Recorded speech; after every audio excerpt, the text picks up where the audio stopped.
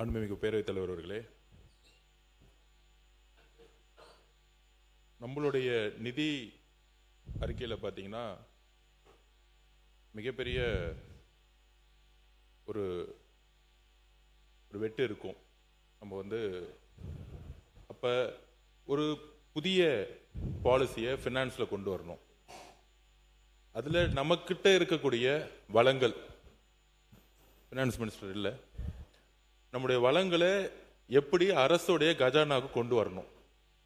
ஒன்று, நம்மக்கிட்ட இருக்க லீக்கேஜை குறைக்கிறது, ஊழல்கள் லஞ்சங்கள் ஒவ்வொரு துறையில் இருக்கக்கூடிய லீக்கேஜை குறைக்கிறது ஒரு வழி. இன்னொரு வழி, என்னுடைய பார்வையிலும் சரி அரசுடைய பார்வையிலும் சரி, அரசினுடைய வளங்கள் இன்றைக்கு உண்மையான நிலவரம் என்னன்னா அரசியல்வாதி கையில் இருக்கு. அது எந்த கட்சி கூட சொல்லணும்னு நான் சொல்ல விரும்பல, மக்களுக்கு தெரியும். அது முன்னாள் அமைச்சர்களாக இருக்கலாம், முன்னாள் எம்எல்ஏக்களாக இருக்கலாம், இல்லை அவங்களுடைய கண்ட்ரோல்ல. அரசனுடைய பிரச்சனை என்னன்னு சொல்லிடுறேன். அமைச்சர் தெளிவாக பேசுவார், அவருடைய உரையில பேசுவார். நாங்க புதியவர்கள், 100 நாள் தான் ஆச்சு. இங்க இருக்கக்கூடியவர்கள் யாரும் மைன்ஸோ இல்ல மணல் தொழிலோ செய்யவில்லை, யாருமே செய்யவும் போறதில்லை. உறுதியா சொல்றோம், எந்த தொழிலும் செய்ய போறதில்லை. அப்ப இன்க்ளூடிங் பிஎம்கே சொல்லிட்டு இருக்காங்க லிக்கர் எப்படி குறைக்கணும்னு. டாஸ்மார்க்கை பத்தி பேசுவாங்க. ஆனா அந்த டாஸ்மார்க் பின்னாடி நடத்திருக்கூட நிறுவனங்களுடைய உரிமையாளர் யாரு, பினாமி நிறுவனம் யாருன்னு நீங்க பேசணும். எங்களுக்கு அரசுடைய பிரச்சனைகள் என்னன்னு தெரிஞ்சுக்கணும். பேசுங்க, அப்புறம் பேசுங்க. அந்த நிறுவனத்துடைய உரிமையாளர் யாரு, அவர் எந்த கட்சியில் இருக்கிறாங்க, அந்த எந்த கட்சி பாராளுமன்ற உறுப்பினராக இருக்காங்க, எல்லாருமே பேசணும். ஏன்னா எல்லாமே அரசுடைய ஒரு அரசு வந்த பிறகு, அதாவது கொள்கை ரீதியா பெரியார் கொள்கை, அண்ணா கொள்கை, எல்லா கொள்கையும் பேசி சண்டை போட்டு நம்ம ஆட்சிக்கு வந்துடுறோம். அப்படிதான் ஃபைட் பண்ணி அரசியல் வந்துடும். ஆனா ஆட்சிக்கு வந்த பிறகு ஒரு டிரான்ஸ்பரன்சியான ஊழல் இல்லாத ஒரு நிர்வாகத்தை போக்கஸ் பண்ணும். ஏன்னா மக்களுக்கு குறைந்தபட்சம் இப்பயும் 35% மக்கள் இன்னும் பாத்தீங்கன்னா குடிசையில் இருக்கிறாங்க, இன்னும் தண்ணி இல்லாம இருக்கிறாங்க, இன்னும் நம்ம ஒவ்வொரு வீட்டுக்கும் தண்ணியே கொடுக்க முடியல. அப்ப நிர்வாகம் 50 வருஷமா நல்லா இருந்து சொல்லக்கூடிய இடத்துல இருக்கக்கூடிய நம்ம இன்னும் ஒவ்வொரு வீட்டுக்கும் முழுசா தண்ணி கொடுக்க முடியல, சாலை வசதிகள் இல்ல, நல்ல ஸ்கூல்ல இருக்கக்கூடிய இன்ஃப்ராஸ்ட்ரக்சர் இல்ல, நல்ல மருத்துவமனைகள் இல்ல. அப்ப நம்ம பொருளாதாரத்தை உருவாக்கணும்னா நம்ம கிட்ட இருக்க ரிசோர்ஸை கவர்மெண்ட் கஜானா கொண்டு வரணும். ஆனா அமைச்சருக்கும் சரி அரசுக்கும் சரி என்ன சிக்கல் அப்படின்னா, ஒவ்வொரு மாவட்டத்தில் இருக்கக்கூடிய மக்களுக்கு தெரியும், அது மணல் குவாரியா இருக்கட்டும், அது மலைகளா இருக்கட்டும், அந்த மலைகள்லாம் கண்ட்ரோல் யார் பண்றதுன்னா கேட்டா சொல்லிடுவாங்க எங்க கிட்ட ஆதாரம் இருக்கா. ஏன்னா அவங்க பேர்ல வச்சுக்கிறதே கிடையாது. நான் யார பத்தி பேசலையே, நீங்க பேசுறீங்க. நாங்க பொருளாதார கொள்கையை பேசிட்டு இருக்கோம். ஏன் ஜி ஸ்கொயர்னா அண்ணன் எந்திரிக்கிறாரு, மலையை பத்தி பேசினா அண்ணன் எந்திரிக்கிறாரு. ஏன் பதட்டமாவாதீங்க, திமுக பதட்டமாவாதீங்க. எங்களுடைய பதட்டமாவும் இருங்க. ஆக்சுவலா பதட்டமாவாதீங்க.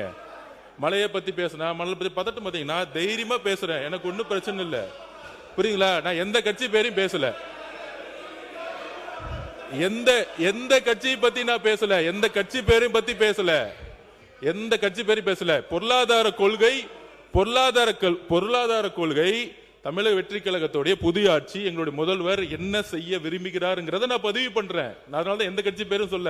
எனக்கு சட்டசபையோடைய ஸ்பீச் எப்படி பேசணும்னு ஸ்பீக்கர் அவருக்கு கத்து கொடுத்திருக்கிறாரு. அதனால அதுக்கேத்த மாதிரியே நம்மளும் பேசுவோம்.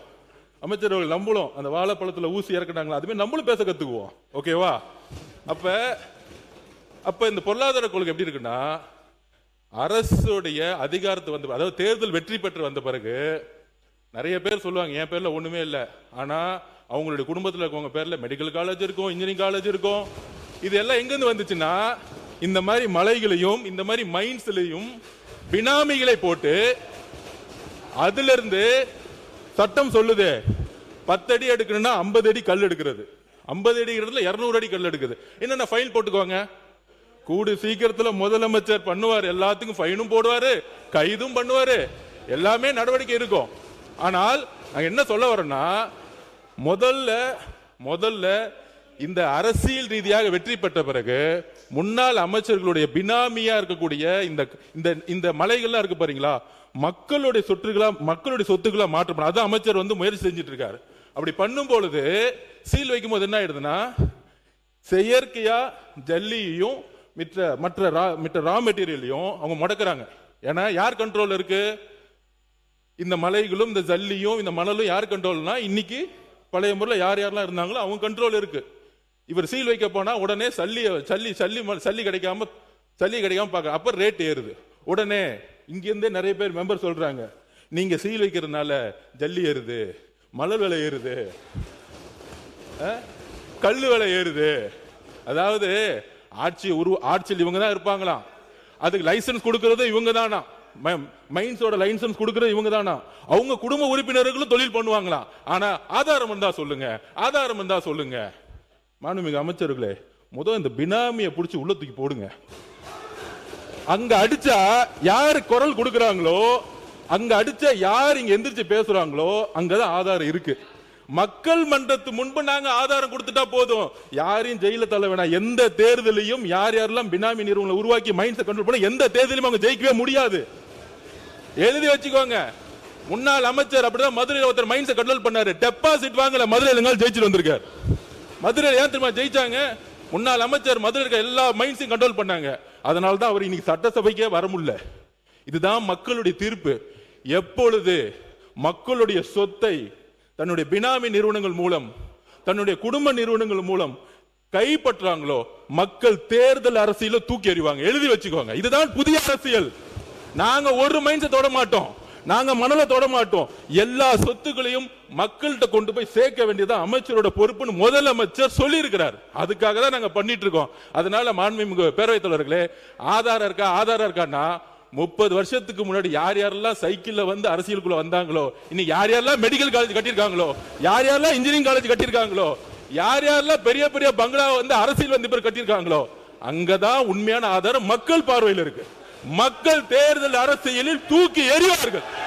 இதுதான் ஊழல். இந்த ஊழல் சாம்ராஜ்யத்தை ஒழிக்கிறதுக்கு ஆதாரம் தேவையில்லை, மக்களே முடிவெடுப்பாங்க. நீங்க ஒன்னு எழுதி வச்சுக்கோங்க. அண்ணா பிறந்த ஊர்ல காஞ்சிபுரத்துல திமுக ஒரு தொகுதி கூட ஜெயிக்கல. இதுதான் ஆதாரம்.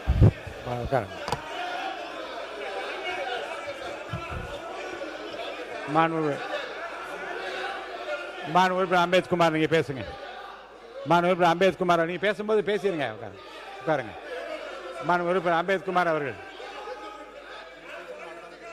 மாண்புமிகு அம்பேத்குமார் நீங்க பேசுங்க. மாண்புமிகு அம்பேத்குமார் பேசுங்க. நீங்க பேசுங்க.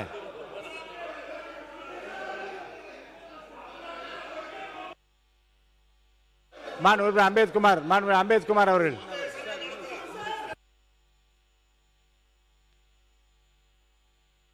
மாண்புமிகு அம்பேத்குமார் பேசுறீங்க வேண்டாமா?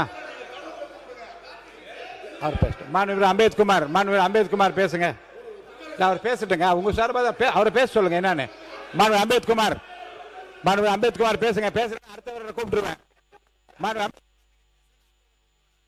பேசுங்க. அம்பேத்குமார் நீங்க பேச ஆரம்பிக்கலன்னு அடுத்தவரை கூப்பிட்டுருவேன். பேச அனுமதி இல்லை. நீங்க பேசுங்க.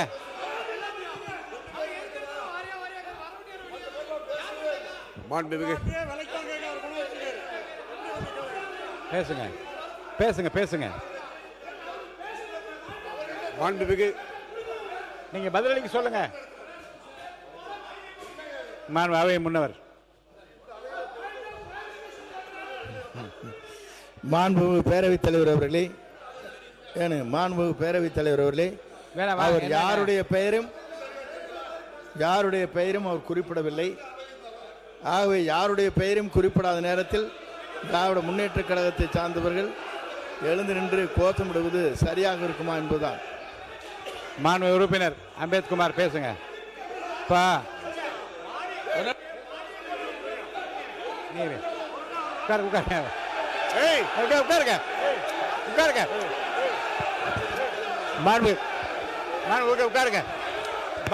உட்காருங்க. தம்பி உட்காருங்க. நான் பேச உட்காருங்க உட்காருங்க உட்காருங்க உட்காருங்க உட்காருங்க உட்காருங்க மாண்பு உறுப்பினர் உட்காருங்க. நான் பேசுறேன். உட்காருங்க, இடத்துல உட்காருங்க. நீங்க உட்காருங்க. நீங்க எல்லாம் உட்காருங்க. நீங்க எல்லாம் உட்காருங்க. முதல்ல நீங்க உட்காருங்க. நீங்க எல்லாம் உட்காருங்க. நீங்க எல்லாம் உட்காருங்க. நான் பேசுறேன். உட்காருங்க. நீ உட்காருங்க. நீங்க எல்லாம் உட்காருங்க. உட்காருங்க. நீங்க எல்லாம் உட்காருங்க. நீங்க உட்காரு. நீங்க உட்காரு. நீங்க உட்காருங்க. உட்காருங்க. உட்காருங்க. உட்காருங்க. உட்காருங்க. நீங்க உட்காருங்க. முதல்ல உட்காருங்க. யாரா ஒருத்தர் உட்காருங்க. உட்காருங்க. இருங்க. உட்காருங்க. இருங்க. உட்காருங்க. நீங்க மட்டும் பேசுங்க. உட்காருங்க. மாண்பு உறுப்பினர் எதிர்க்கட்சி கொறடா ஏவா வேலு அவர்கள் மட்டும் பேச அனுமதிக்கிறேன். ஏவா வேலு அவர்களை மட்டும் பேச அனுமதிக்கிறேன். பேசுங்க. உட்காருங்க. உட்காருங்க. ஒருத்தர் உட்காருங்க. உட்காருங்க. மாண்பு உறுப்பினர் நீங்க மட்டும் உட்காருங்க. நீங்களா உட்காருங்க. நீங்க இங்க உட்கார சொல்லுங்க. மாண்பு உறுப்பினர் எல்லாம் உட்காருங்க. உட்காருங்க. மாண்பு உறுப்பினர் ஏவா வேலூர் நீங்க பாருங்க.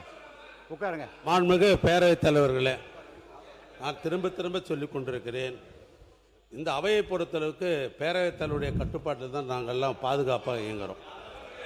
ஆனால் ஒரு முறைச்சையும் ஒரு முறையும் கேளுங்க. பேரவைத் தலைவர் பேச விடுங்க. பேச விடணும். அப்படி உட்காருங்க. தம்பி அண்ணா மாண்பு உறுப்பினர்